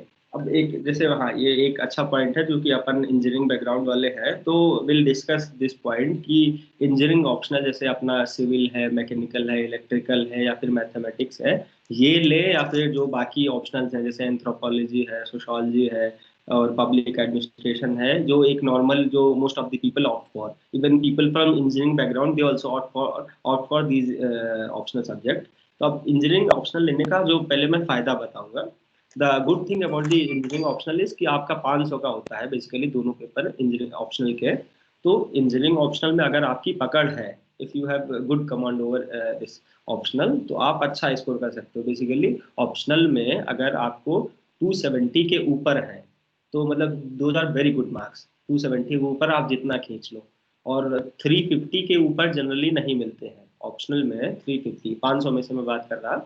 तो this score is like लोग कम भी पाते हैं, लेकिन for selection, for getting selected, score of about 270 to 350 is मतलब the most probable score. तो अब engineering optional के साथ अच्छा बात यह है कि अगर आपकी कमांड है तो आप 350 भी ला सकते हो, 360 भी ला सकते हो इंजीनियरिंग ऑप्शनल में। ये एक अच्छी बात है। अब जो दूसरा पार्ट है जो मैं कहूँगा, तो फिर आपको डिसाइड करना है कि हमको क्या ऑप्शनल लेना है।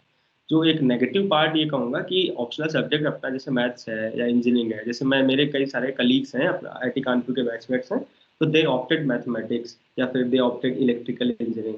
तो they have also done well, they are in few are in IAS also, few are in other services also. तो अब इसमें क्या रहता है, जो अच्छा पार्ट है कि दो आर स्कोरिंग अगर आपने कमांड पा ली है, लेकिन जो दूसरा एस्पेक्ट है कि ये टाइम लगता है, इसमें सिलेबस अच्छा खासा होता है, इसमें तो प्रैक्टिस चाहिए होता है। तो जितना टाइम आपका GS प्रिपरेशन में लगता है, normally the time should be like 2:1। If मतलब 2/3 of your time goes in GS preparation, then 1/3 should go in optional subject preparation. इसमें क्या होता है इंजीनियरिंग ऑप्शनल में आपका लगभग 1:1 हो जाता है, आधा टाइम आपका इसमें लग जाता है इंजीनियरिंग ऑप्शनल के प्रिपरेशन में। तो जैसे स्कोरिंग है तो आपको कमांड होनी चाहिए, तो वो कमांड लाने के लिए आपको टाइम ज़्यादा देना पड़ेगा इंजीनियरिंग ऑप्शनल में। और फिर अगर स्कोर अच्छा नहीं बना, वो कमांड नहीं आ पाई, तो आपका स्कोर बहुत घट भी सकता है। मतलब वो है एक एक्सट्रीम्स है इसमें इंजीनियरिंग ऑप्शनल्स में, कि आपने कमांड अगर कर ली है तो आप बहुत अच्छा भी स्कोर कर सकते हो, कमांड अगर नहीं आ पाई तो आप फिर गड्ढे में भी जा सकते हो। तो इसके लिए आप इंजीनियरिंग ऑप्शनल अगर कोई लेना चाह रहा है तो आप बिल्कुल श्योर हो कि नहीं ये तो मेरा सब्जेक्ट है, ये तो मेरी कमांड है ही, मैं कर लूंगा, तभी आप लो engineering optional. Otherwise you can think of other optional also. One of the questions that's coming over and over again is that there are 2 types of NCERT of 11th class and 12th class. So which should they do, old or new?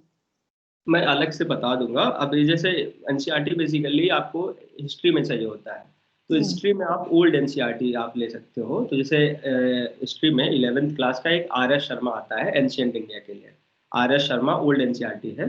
फिर उसके बाद जो new वाली NCERT है वो theme based है, तो मतलब वो एग्जाम के लिए नहीं है। तो नई NCERT I will not recommend old NCERT। Old NCERT जैसे RS शर्मा है एंशिएंट इंडिया का, RS शर्मा का अलग से बुक आता है। मेडिवल के लिए सतीश चंद्रा है, वो आप ले सकते हो, that is also old NCERT। And this for modern you have this Bipin Chandra, India struggle for independence, this is also NCERT, और अलग से बुक आता है उनका। फिर उसके बाद पोस्ट इंडिपेंडेंस के लिए आपका आता है दिस इंडिया आफ्टर इंडिपेंडेंस, वो भी बिपिन चंद्रा का, तो old NCERT। Nikita has a question that she is also a student of JNV. So medium कौन सा attempt करना चाहिए? ओके हाँ, एक चीज रह गया ये मीडियम वाला। बेसिकली मीडियम वही चूज करना है। जैसे मैं भी 10th तक सोशल साइंस हिंदी में ही पढ़ा था, तो उसमें मेरे को भी ये डायलेमा था शुरू में प्रिपरेशन करने में कि कौन सा अपन मीडियम चूज करें। तो अभी मैं मीडियम का जस्ट ब्रीफली बताऊंगा। जैसे आज की डेट में जो सिलेक्शन रेट है वो इंग्लिश मीडियम से ज़्यादा है। अब उसमें फैक्टर्स क्या है वो भी मैं बता देता हूँ। जैसे जैसे मोटा मोटा अगर 900 सिलेक्शन हो रहे हैं तो 800 सिलेक्शन इंग्लिश मीडियम से हो रहे हैं और 100 सिलेक्शन है वो, जैसे लोग पीपल और ऑल्सो मेक एलिगेशंस की हिंदी मीडियम के साथ भेदभाव हो रहा है। लेकिन my observation will be, since I took this Hindi optional also, Hindi literature was my optional, और बाकी सारा मेरा मतलब इंग्लिश मीडियम था। Even this personality test I appeared in English language only. तो ये अपन किए थे। तो उसमें एक हिंदी मीडियम के साथ ये है, जैसे अपने को एक हिंदी मीडियम में अच्छा गाइडेंस अवेलेबल नहीं है। जैसे जो मुखर्जी नगर है या बाकी सब है, एक थोड़ा गाइडेंस की कमी है। कहीं ना कहीं वो ट्रेडिशनल है, that is not up to the level of examination which is the demand of the examination. तो उसमें वो ट्रेडिशनल चलता रहता है कि पढ़ते रहते हैं, दे डू नॉट एनालाइज कि weather that is relevant for the examination और नॉट। तो वो अपने को देखना है एक बार। तो अब हिंदी मीडियम में जैसे अपने को दूसरा पार्ट है कि रिसोर्सेज कम होते हैं हिंदी मीडियम में।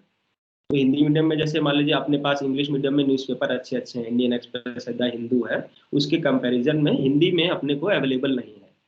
अब ये एक पार्ट हुआ, ये दोनों मीडियम का कंपैरिजन किया। अब इन सब के बाद बात आती है दूसरा कि आपका स्ट्रेंथ क्या है। अगर आपको लगता है Hindi medium is my strength, Hindi में ही अपने को करना है, तो आप बिल्कुल हिंदी मीडियम लीजिए। बस गाइडेंस अच्छे से आप लो उसमें कि अपने को एग्जाम से डायरेक्ट आपका कन्वर्सेशन होना चाहिए कि what is the requirement of examination. Eight the end of the day is just language is just a medium, Hindi हो या इंग्लिश हो, एक्सप्रेशन इंपॉर्टेंट है कि आप किस लैंग्वेज में जो डिमांड है एग्जामिनेशन की उसके according you are able to write the answers and you are able to read that content. तो वो एक इम्पॉर्टेंट है। तो आप ये हिंदी लो या इंग्लिश, बस हिंदी में थोड़ा अपने को ज़्यादा जागरूक होने की ज़रूरत है कि जो आपको रिसोर्स की लिमिटेड है, इंटरनेट पे भी लिमिटेड रिसोर्स है, तो ये अपने को ध्यान देना पड़ेगा कि हम जो पढ़ रहे हैं वो एग्जाम के रेलेवेंट है या नहीं। अब बात आती है कि हम क्या लें। जैसे अपना जैसे बैकग्राउंड रहता है तो मोस्टली ऐसा रहता है कि हिंदी अच्छा है या इंग्लिश ओके है, बहुत अच्छा नहीं है इंग्लिश। तो उसमें आप ये कर सकते हो कि जो 6 से 10 तक की एनसीईआरटी है ना आपका सोशल साइंस का, I also did the same. You can read that NCERT of social science in English from 6 to 10th। बड़ा पतला पतला सा NCERT है, तो इंग्लिश में आप पढ़ो। जैसे अपन भी हिंदी में पढ़े थे पूरा वो जैसे ज्योग्राफी में टर्म्स थे, व्हेन आई रिमेम्बर उष्ण कटिबंधीय वन या इस तरह का आता है, हिंदी में पढ़ते हैं। तो आप इंग्लिश में एक बार पढ़ो, जैसे हिंटरलैंड है, ऐसे कई सारे टर्म्स आते हैं। तो अगर आप इंग्लिश में पढ़ रहे हो एक बार, पहली बार ही आप पढ़ोगे। अगर आपने सोशल साइंस हिंदी में पढ़ी है तो आप पहली बार पढ़ोगे तो आप एक बार जस्ट जो आपके नए वर्ड्स हैं वो नोट डाउन कर लो, आप उनका मेमोराइज कर लो मीनिंग। फिर दूसरी तीसरी बार पढ़ो आप, तो उसको आप थोड़ा सा एक बार, अगर दूसरी तीसरी बार में आप कंफर्टेबल हो जाते हो इंग्लिश वाला पढ़ने में, पहली बार में आपको नए नए वर्ड्स मिलेंगे, आपने उनको मेमोराइज कर लिया है, तो second third time if you are comfortable with the English language तो आप इंग्लिश मीडियम ले सकते हो कि ठीक ठाक। Eight the end of the choose that language only in which you are able to express yourself freely, because mains is all about that only। Mains में आपको एसए लिखना है, आपको जीएस लिखना है, सब कुछ रिटन है, सब्जेक्टिव है। तो चूज दैट लैंग्वेज ओनली। बस हिंदी लोगे आप तो हिंदी में पहली बात तो जो आपकी स्ट्रेंथ है वही मीडियम लेना है। ये नहीं कि इंग्लिश में ज़्यादा सिलेक्शन हो रहा है तो इंग्लिश लेना है। अपने को अपनी स्ट्रेंथ आंकनी है, फिर उसके बाद you have to work on that मतलब स्ट्रेंथ।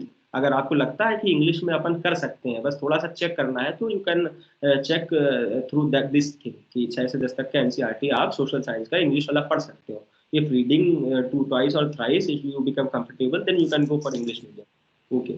Next question. एक question था related to this language, is that can they take the exam in English and the interview in Hindi?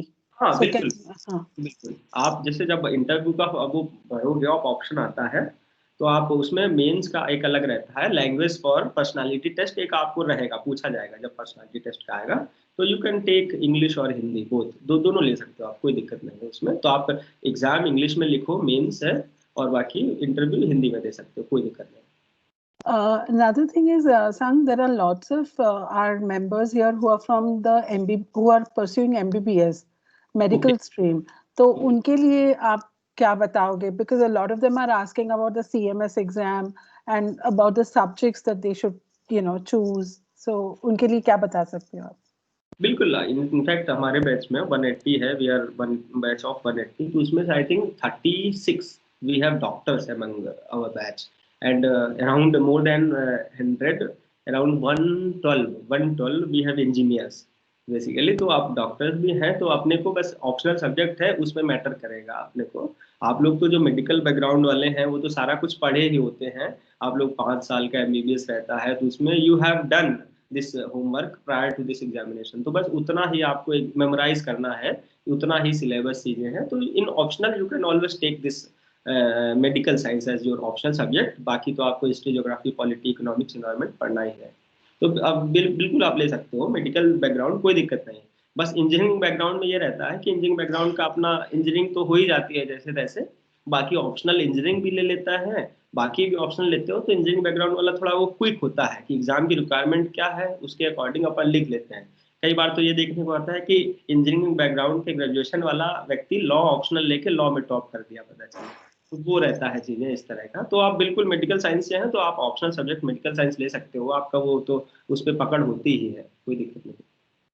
एक क्वेश्चन है which मतलब जैसे आपने कहा कि the syllabus is very huge, so one of the questions is related to this is that do you have to wait for to complete the 100% syllabus and then only take the exam, or even at 70% can you take the exam, or what would you recommend? ये अभी जो कोई भी आप कभी topper से बात, even those people who get rank 1, they are not sure about their selection, leave that rank 1। तो ये कभी स्टेज नहीं आएगी। दिस इज ऑल्सो मतलब वेरी प्रैक्टिकल क्वेश्चन, कि लोग बोलते अभी तैयारी नहीं है, इस साल नहीं है, अगले साल करेंगे, फिर अगले साल भी निकल जाता है, तब भी कभी वो लाइफ में स्टेज आएगी नहीं इस प्रिपरेशन में कि जब आपको लगेगा now I am ready for this examination. So if you think that I have read things around 70%, 80%, you can just write the examination. एक decent preparation के साथ you appear in test through the test series of prelims. You check yourself कि कितने पानी में है अपन। If out of 200 in test series, if you are scoring around 100, around 80, between 90 to 100, then of course you can write the examination. You can crack the prelims. बाकी फिर mains एक totally different game है। तो वो कभी phase आएगी नहीं जब आपको 100% लगेगा, तो वो तो एक भ्रम है, मिथ है, वो आपको छोड़ के आगे बढ़ना है। बहुत सारे सर मेरा एक क्वेश्चन है क्वेश्चन सर। एक minute, I think we'll be running short of time. तो हम ऐसा करेंगे कि if Sangh is okay, we can share your email ID with the members and they could write to you and then ask you their questions. But two questions which I found very interesting and something that most of you all will benefit from is that what changes did you make in life while you were preparing? That was one question.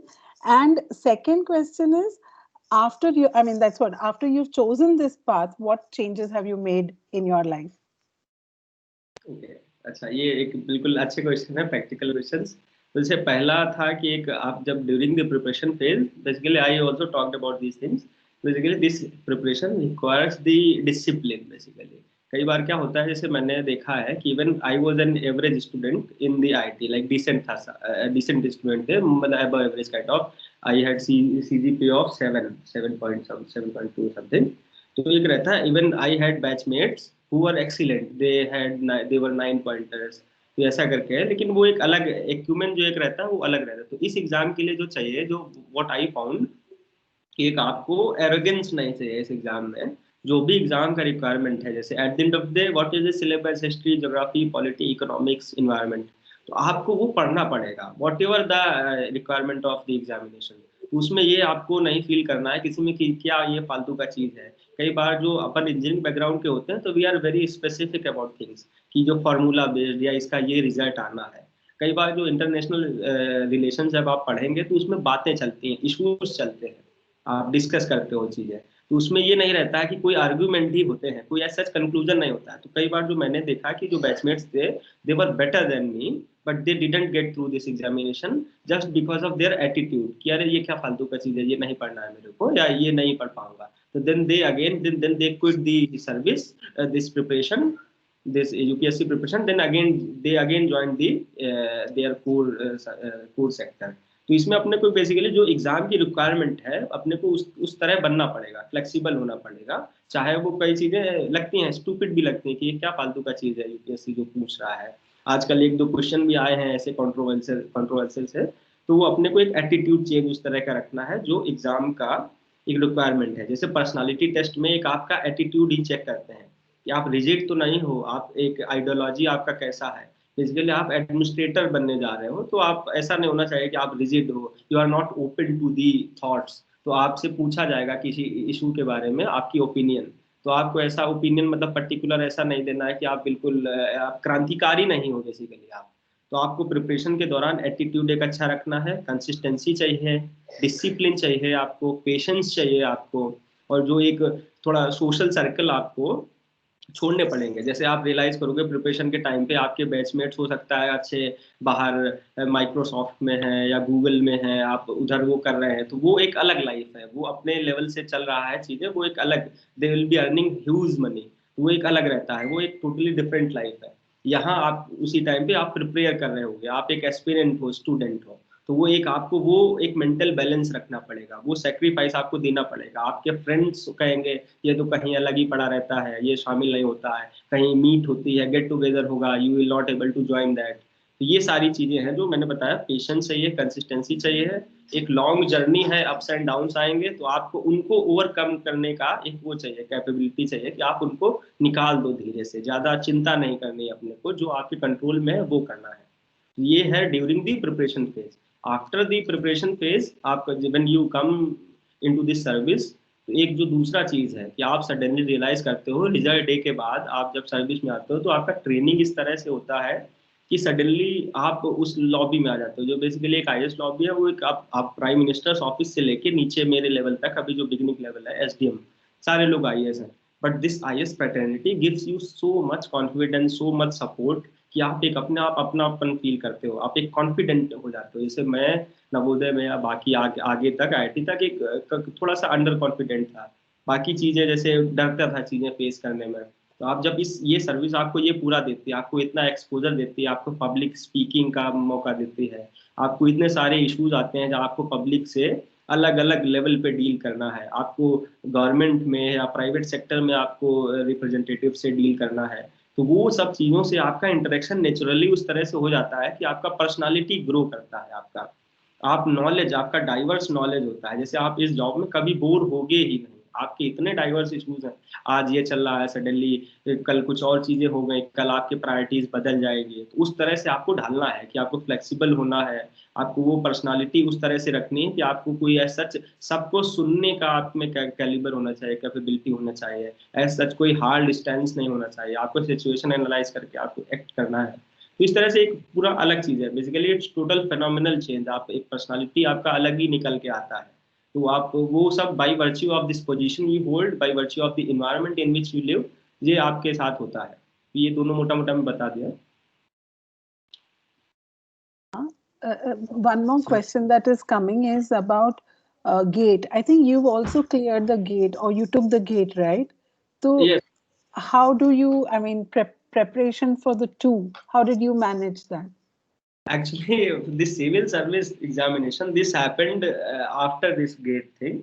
Gate का मैंने 4th year में ही किया था preparation, उसके बाद suddenly things were like this कि मैं 4th year के बाद दिल्ली गया था एक बार घूमने, तो फिर इसका सिविल सर्विस का देखा। तो during this graduation years I didn't think about this examination, civil service examination, ये मेरे दिमाग में कभी था ही नहीं। तो वो गेट वाला एक टोटली अपना इंजीनियरिंग सेक्टर का है, कोर है, तो वो पूरा अपना मेड इजी के थ्रू मैं करा था, मेड इजी का स्टडी मटेरियल मंगाया था, तो उसके थ्रू अपन ने किया था। तो वो एक गेट बिल्कुल अलग है, वो भी आसान सा है। अगर आप जैसे आईआईटी या एनआईटी में अगर गए हो, उसके बाद गेट तो बहुत हल्का सा लगने लगता है, उसमें एक बेसिक से क्वेश्चन आते हैं, तो अपने को वो थोड़ा टेस्ट सीरीज और इस सब में जो एक बेसिक मेरे को लगता है जो एक एग्जाम्स की रिक्वायरमेंट है कि पहले तो जिस एग्जाम को आप लिखने जा रहे हो तो उसका सिलेबस पैटर्न, वो एग्जाम के बारे में अपने को जानना जरूरी है कि क्या है इस एग्जाम की डिमांड, फिर उस तरह से अपने को अपनी स्ट्रेटेजी, अपनी प्रिपरेशन अलाइन करना पड़ेगा।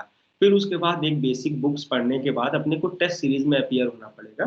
टेस्ट सीरीज से पता चलेगा कि अपन किस लेवल पे है, या जो जिस तरह से हम तैयारी कर रहे हैं वो सही डायरेक्शन में है या नहीं। तो इस तरह से अपन को आगे तैयारी करना है। फिर वो अगेन टेस्ट सीरीज के रिजल्ट के बेसिस पे, फीडबैक के बेसिस पे अपने को अपनी प्रिपरेशन स्ट्रेटजी रीअसेस करके फिर से अपने को रिवीजन में वो करके चीजें आगे इम्प्रूव करनी है। Arpan ka ek question. I mean, there are lots of questions, and I think it can go on till late. But are you okay to take one or two more questions? Sure, ma'am. Okay, so Arpan ka ek acha question hai. He says that as DAN members, we have never taken much risks from the very start, and everyone has expectation of to have a decent placement at the end of the 4th year.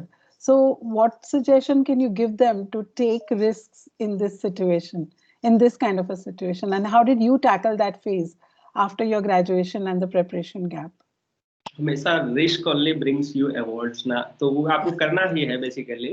आप अगर करना चाह रहे हो, चाहे वो civil service का preparation हो या और कुछ आप एस्पायर कर पा रहे हो, तो अगर आप, it also depends on your situation also, कि आप किस तरह से, आप मान हो सकता है आप उस फैमिली से हो जहाँ आप ज़रूरत है कि आपको तो जॉब करना ही पड़ेगा, फैमिली को सपोर्ट करना ही पड़ेगा, या उस फेज में हो आप, तो उसमें कोई दिक्कत नहीं है। तो एक बस अपने को इस सब चीज़ों के बीच में प्रायोरिटीज डिसाइड करनी पड़ेगी।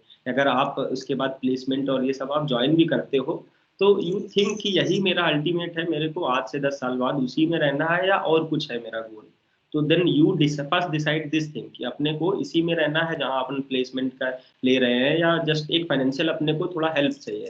तो अगर वो अपन कर पाएंगे एक क्लियर, कि मान लीजिए आपने जॉब ज्वाइन किया, कि भले आपका मन नहीं था जॉब करने का, या आपको और कुछ और करना है लाइफ में, मतलब जो करियर और किसी सेक्टर में बनाना है, तो इसी के बीच में अपने को थोड़ा टाइम निकालना पड़ेगा, समय निकालना पड़ेगा। जैसे मान लो सिविल सर्विस का भी आप अगर करना चाहते हो प्रिपरेशन, तो आप अलग से मान लो दिन में जॉब के साथ 4 घंटे तक अगर निकाल पाते हो आप, तो इट विल बी ओके कि 4 घंटे डेली प्लस वीकेंड्स आपके पास रहेगा, थोड़ा सोशल लाइफ लिमिट करके आप कर सकते हो। तो वही है, अपने को चीज़ें डिसाइड करना है कि प्रायोरिटीज़ क्या है अपनी, कहाँ करना है। तो वो एक लाइफ में थोड़ा क्लैरिटी अपने को बनानी पड़ेगी कि क्या चाहिए अपन को लाइफ में। कई बार यही होता है कि अपन कंफ्यूज रहते हैं, कभी ये फैमिली का प्रेशर होता है, कभी बाकी फैक्टर्स होते हैं, पर्सनल लाइफ होती है, तो इन सब के बीच में अपने को क्लैरिटी लानी पड़ेगी, तभी अपन आगे कर पाएंगे। Okay, one last question. ये structure of UPSC civil service exam and UPSC CMS exam, is it the same?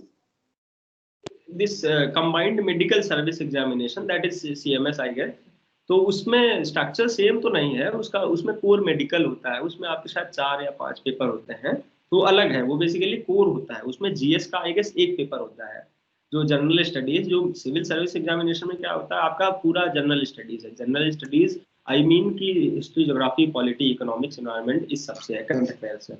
CMS में आपका जीएस का एक ही पेपर होता है। जैसे एक दूसरा पार्ट होता है, आप लोग ये भी कर सकते हो, इंजीनियरिंग सर्विस एग्जामिनेशन जो होता है वो भी यूपीएससी कराती है, उसमें आप रेलवेज में जाते हो या जो पीएसयूज में आप जाते हो, तो इंजीनियरिंग सर्विस एग्जामिनेशन होता है। तो उसका भी पैटर्न इस तरह से होता है कि 4 पेपर आपके इंजीनियरिंग स्पेशल होते हैं, 1 या 2 पेपर आपका एप्टीट्यूड का या फिर ये जनरल स्टडीज का होता है, जिसमें ये सब आता है, हिस्ट्री, ज्योग्राफी, पॉलिटी। तो रेशियो बिल्कुल उल्टा हो जाता है। जो इंजीनियरिंग सर्विस है या सीएमएस है, तो उसमें आपका मेडिकल और इंजीनियरिंग दैट बिकम्स 70%, 70 और मोर आई से 80%, और वो जो सिविल सर्विस वाला कॉमन पॉइंट है वो केवल इन सीएमएस में या इंजीनियरिंग सर्विस एग्जामिनेशन में वो केवल लिमिटेड ही रहता है, 1 या 2 पेपर रहता है। Wonderful. I think we've taken a lot of your time today. If you are okay, I can share your email ID with all the members, so they can write their individual questions to you and ask you for your advice. Is that okay with you? Sure ma'am, बाकी आप email दे दीजिए, otherwise इतना formal होने का ऐसा जरूरत नहीं है। जैसे since this is my family only, I would say कि जैसे जब आप एक अननोन को करते हो मैसेज, तो आप एक फॉर्मल से सेटअप में करते हैं, एक अच्छा सा ईमेल करके, you can just drop me a message on messenger, Facebook, आप सर्च करके आप मैसेज कर दो, simply just give one line intro और एक मैसेज आप कर दो। बस हाय हेलो टाइप मत करना, कि आप डायरेक्ट क्वेश्चन पूछ लेना कि आप ये hi I am this done member, या we interacted last time and I would like to ask this question। तो आप क्वेश्चन पूछ लोगे तो then it will be easier for me to answer the question। otherwise कई सारे message पड़े हैं तो वो फिर then it will be difficult to short the message। तो आप एक जस्ट क्वेश्चन आप पूछ देना मैसेंजर पे या इंस्टा पे, या फिर ईमेल भी आप कर सकते हो, बट ईमेल आई थिंक थोड़ा फॉर्मल हो जाएगा। आप बिल्कुल कर सकते हो, लेकिन आप जस्ट आप हिंदी इंग्लिश कैसे भी क्वेश्चन पूछ सकते हो। एग्जाम के रिलेटेड मैं कर दूंगा बिल्कुल, कभी भी समय निकाल के मैं एग्जाम के रिलेटेड हर कोई आंसर कर दूंगा। इवन आपको और ज्यादा डाउट्स है तो you can take my number, तो उस पर आप कॉल भी कर सकते हो समय लेके। पहले आप एक मैसेंजर पे ड्रॉप कर लेना, अगर आपको लगता है बात भी करना है तो मैं संडे या each day after 8 PM if I am free I will be able to give you time. उसमें कोई दिक्कत नहीं, पढ़ाई से रिलेटेड अपन कभी भी मतलब आप कनेक्ट कर सकते हो मेरे से। Thank you so much. Thank you very much. You know, Sang, this is my 11th year at Dakshina, but मुझे याद है मैं first year में भी जब scholars जब program में आते थे और मैं उनसे मिलती थी और पूछती थी कि what is it that you want to become, after you graduate from college. I'm telling you, 80% of them would always tell me, I want to be an IAS officer. And I never thought that I would actually be talking to one of our scholars who is actually becomes an IAS officer. So this is really a very proud moment for all of us at Dakshina. And I think I will conclude now by giving you a very big thank you. Thank you so much for all that you shared with us and for the time that you have taken out today. And we look forward that you will always be there for all of us in the future too. Yes, So ma'am. thank you so much. On behalf of the Dan community, thank you very much. Yes. Thank you, ma'am. Thank you. Thank you, everybody. Thank you.